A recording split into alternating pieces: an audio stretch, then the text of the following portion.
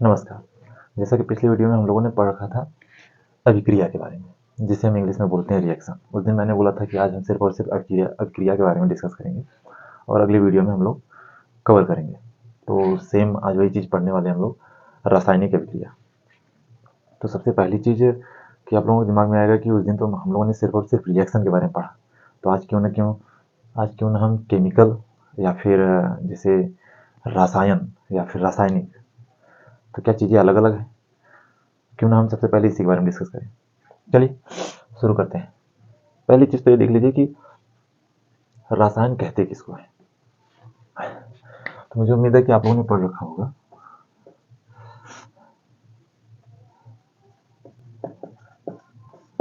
रसायन को क्लास 9 में आप लोगों ने पढ़ रखा होगा, या तो फिर मुझे जहाँ तक उम्मीद है 8वीं में भी पढ़ाई जाती है। वैसे तो 8वीं में नहीं कह सकते, लेकिन 9वीं में पढ़ाई जाती है कि रसायन की परिभाषा क्या है या फिर जो भी चीज़ें। तो चलिए शुरू करते हैं। रसायन रसायन कहते किसको है? तो इसकी परिभाषा, किताबी परिभाषा तो आप लोगों ने पढ़ रखा होगा, लेकिन एक एग्जाम्पल के माध्यम से हम समझते हैं। जैसे मैं मान लूँ या फिर आप ही मान लीजिए कि आपकी कोई जासूसी कर रहा है। इन द सेंस मतलब आपका पढ़ना, खेलना, कूदना, नहाना, स्कूल जाना, कोचिंग से आना, कोचिंग जाना, मतलब हर एक्टिविटी पर कोई नज़र रख रहा है। और कौन है वो? है भाई, मतलब अपने घर का मेंबर है या फिर दोस्त है या फिर जो भी है, मतलब ऐसा कोई पर्सन है जो कि आपकी एक्टिविटी पर नज़र रख रहा है। तो उसे हम क्या कहेंगे? रसायन। क्या बोला मैंने? रसायन। किसको? जो आप पर नज़र रख रहा है। और इस पूरे प्रोसेस को क्या बोलेंगे? रसायन विज्ञान। अच्छा, तो किताबी भाषा में वो जासूस कौन है? तो आइए देखते हैं। इसमें हम पढ़ते हैं पदार्थ को, जिसे हम मैटर बोलते हैं। कहीं कहीं पर आप इसे द्रव्य देखते होंगे, या फिर इंग्लिश में सब्सटेंस। थोड़ी हैंड राइटिंग मेरी बहुत वीक है, लोग समझ लीजिएगा, है ना। देखिए, जो आप हो मतलब वो पदार्थ है, और जो जासूसी कर रहा है उसे हम कह सकते हैं रसायन, है ना। और इस पूरे प्रोसेस को क्या बोलेंगे हम? रसायन विज्ञान। मतलब अब किताबी लैंग्वेज में यदि देखा जाए तो पदार्थ के बारे में सारी चीज़ों का अध्ययन, मतलब इसका कब एक किससे मिल रहा है, कब इससे किससे रिएक्शन कर रहा है, कब ये किससे टूट रहा है, दूर जा रहा है, झगड़ा कर ले रहा है, कब दोस्ती कर ले रहा है, ये सारी अध्ययन किसके अंतर्गत पढ़ी जाएगी? वो रसायन विज्ञान के अंतर्गत पढ़ी जाएगी। मतलब इस पर नज़र कौन रखता है? रसायन नज़र रखता है ना। ये तो हो गया हमारा रसायन विज्ञान की डिफिनेशन। तो आप बोलोगे कि पदार्थ ऐसी खास बात क्या है इसमें, जिसके बारे में देखा जाए तो रसायन विज्ञान विज्ञान की एक शाखा बन गई, मतलब सिर्फ और सिर्फ इसके बारे में पढ़ने पर। तो ये है क्या चीज़? तो चलिए इसके बारे में पहले देख लेते हैं।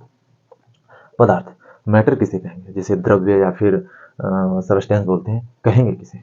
तो आसान लैंग्वेज में आप ऐसे समझिए कि हमारे पास, या फिर यदि मैं बोल दूँ आपके पास, या फिर इस पूरी दुनिया में कोई भी ऐसी वस्तु, कोई भी ऐसी चीज़ है ही नहीं जिसे हम पदार्थ नहीं कहेंगे, सिवाय एक को छोड़कर, प्रकाश, लाइट। इसे छोड़कर कोई भी ऐसी चीज़ नहीं बनी जिसे हम पदार्थ नहीं कहेंगे। मतलब हर वो चीज़, अब आप दिमाग लगा सकते हैं और आप आस-पास की सभी चीज़ें देख लीजिए, जो आपकी नज़र में आ रही है, जो आपको दिख रही है, जो नहीं भी दिख रही, वो समझ लीजिए कि पदार्थ ही है। यहाँ तक कि अब नहीं दिख रही क्या? नहीं दिख रही का क्या मतलब? जैसे में ऑक्सीजन हम ले रहे हैं, छोड़ रहे हैं, ये दिख रही है? नहीं दिख रही, लेकिन फिर भी पदार्थ है वो। कैसे?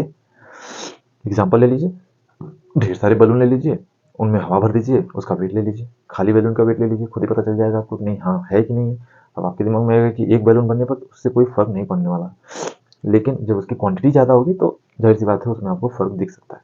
दिख सकता नहीं, दिख जाएगा कंफर्म, है ना। तो ये तो कंफर्म हो गया ना कि आपके आमने सामने जो भी चीज़ें दिख रही हैं वो सारी की सारी चीज़ें क्या है? पदार्थ है। क्लियर? कोई दिक्कत? तो फिर आपके दिमाग में बहुत हलचल चल रही होगी शायद कि मतलब देखा जाए तो हमारी बॉडी भी क्या है? पदार्थ है। क्या हमारे बॉडी के ऑर्गन क्या है? पदार्थ है। जी हाँ, वो सारी चीज़ें पदार्थ है ना।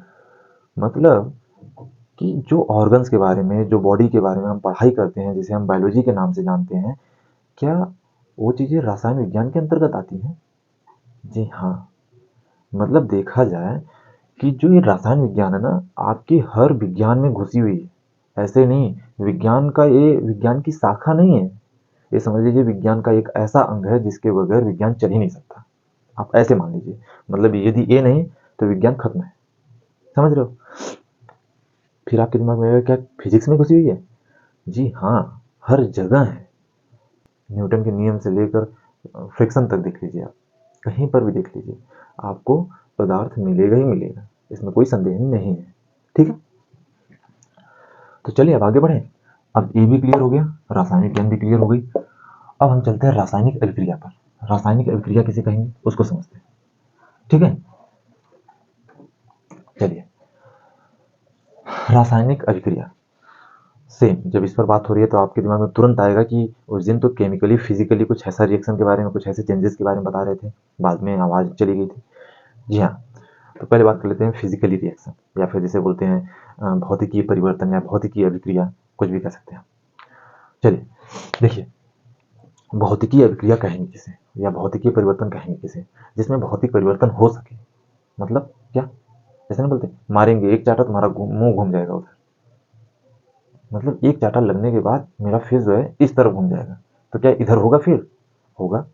यदि सपोज कर लो कि ये इधर हुए ही नहीं, तो फिर शायद व्यवहारिक तरीके से देखा जाए तो यदि घूम गया तो ये क्या है?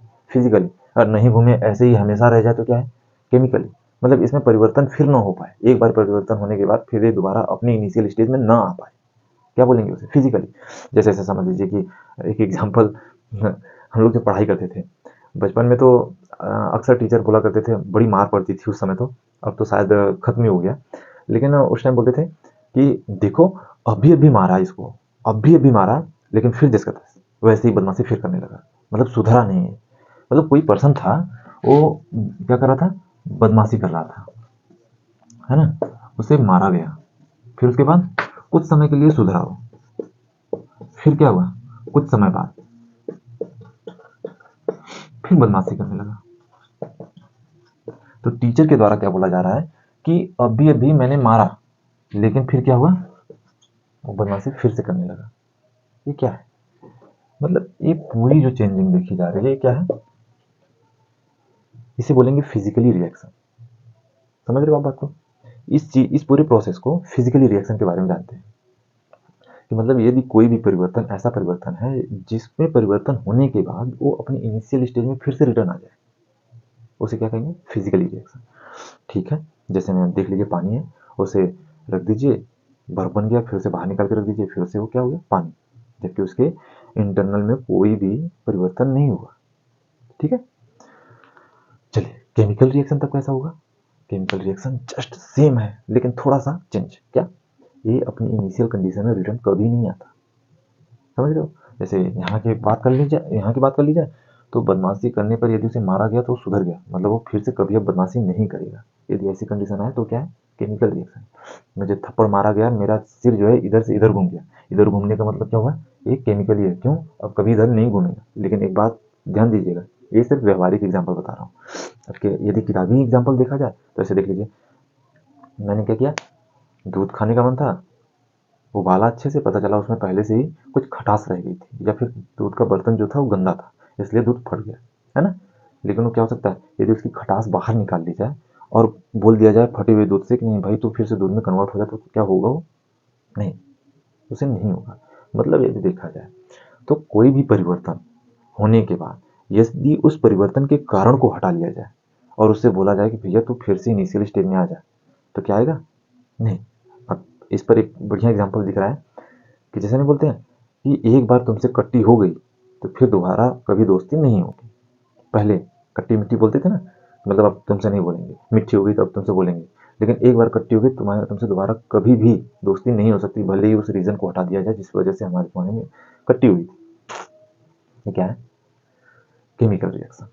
मुझे उम्मीद है कि ये चीज़ें आपको समझ में आई होंगी। बहुत सारी चीज़ें इसमें एक व्यवहारिक तरीके से समझाने का प्रयास किया गया है। अब लेकिन जो हम लोग आगे की टॉपिक पढ़ेंगे वो कुछ सिलेबस से देखते हुए, ध्यान में रखते हुए पढ़ेंगे, लेकिन ये कुछ ऐसी चीज़ें थी जो कि बार बार दिमाग में बर्डन बना रहता है, समझ नहीं आती कि चीज़ें यार कैसे। चलिए ठीक, मिलते हैं अगली वीडियो में, तब के लिए नमस्कार और एंजॉय कीजिए मेरे साथ साथ आप भी।